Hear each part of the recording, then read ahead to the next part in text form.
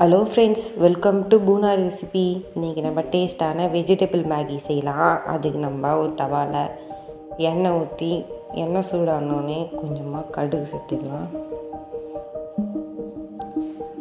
கடுகு நல்லா பொரிஞ்சோடனே ஒரு 2 பெரிய சைஸ் வெங்காயத்தை நல்லா நெருக்கி சேர்த்துக்கலாம். குட்டி குட்டியாக நெருக்கி சேர்த்துக்கலாம்.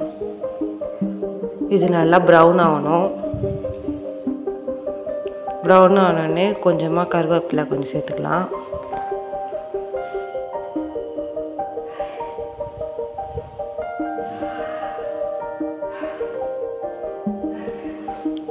கருவேப்பிலை 2 நல்லா போட்டு பொரிச்சு எடுத்துக்கலாம். ஒரு தக்காளி ஒன்று சேர்த்துக்கலாம். தக்காளியும் வெங்காயம் சேர்த்து நல்லா ப்ரௌன் ஆகட்டும். நம்ம வந்து வெஜிடபிள் சேர்க்கணும். நான் கேரட்டும் பீன்ஸும் ஆட் பண்ணுறேன். இதெல்லாம் ஆட் பண்ணி நல்லா கிண்டி விட்டுக்கலாம். இது அப்படியே வேகட்டும். நம்ம அப்படியே மூடி போட்டு மூடி வச்சிடலாம். ஒரு 5 நிமிஷம் கழிச்சு பார்த்தோம்னா இப்படி இருக்கும். அதுக்கப்புறமா 3 பச்சை மிளகாய் சேர்த்து திருப்பி கொஞ்ச நேரம் மூடி வச்சுக்கலாம்.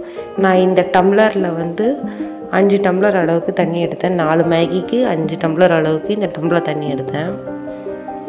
நம்ம இப்போ 5 டம்ளர் தண்ணி ஊற்றிடலாம்.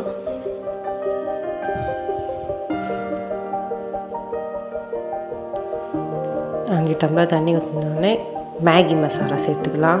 4 பேக்கெட் மேகி மசாலா இருக்கும் இல்லையா, ஸோ அது எல்லாத்தையும் நம்ம சேர்த்துக்கலாம்.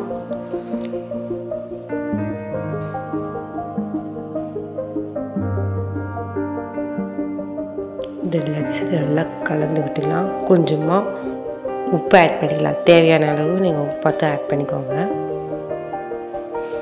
வீட்டில் அரைக்கிறேன் தெரியுமா மிளகாத்தூள், அது கொஞ்சோண்டு சேர்த்துக்கலாம். ஏன்னா அது செம்ம டேஸ்ட்டாக இருக்கும். நல்லா காரமாக நீங்கள் சாப்பிட்ணும் அப்படின்னு நினச்சிங்கன்னா இந்த மாதிரி கொஞ்சம் ஆட் பண்ணி பாருங்கள், டேஸ்ட்டாக இருக்கும்.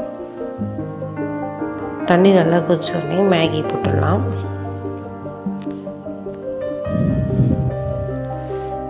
மேகி போட்டு நல்லா மூடி வேக வச்சு எடுத்துக்கலாம். அவ்வளோதான் ஃப்ரெண்ட்ஸ், டேஸ்ட்டான மேகி ரெடி. இந்த டேஸ்ட்டான மேகி ரெடி ஆகிடுச்சு ஃப்ரெண்ட்ஸ். அடுத்த வீடியோவில் பார்க்கலாம். மறக்காமல் சப்ஸ்கிரைப் பண்ணிடுங்க, லைக் பண்ணுங்கள். இதுக்கிடையில் நம்ம பெப்பர் கொஞ்சம் தூரணும்னா தூவிக்கலாம். நான் போடலை, இதுவே டேஸ்ட்டாக இருக்கும்ட்டு விட்டுட்டேன். வேணால் நீங்கள் பெப்பர்லாம் சாப்பிடுவீங்கன்னு நினச்சிங்கன்னா போட்டு சேர்த்துக்கலாம். நெக்ஸ்ட் வீடியோவில் பார்க்கலாம் ஃப்ரெண்ட்ஸ். பாய். மறக்காமல் சப்ஸ்கிரைப் பண்ணிவிடுங்க.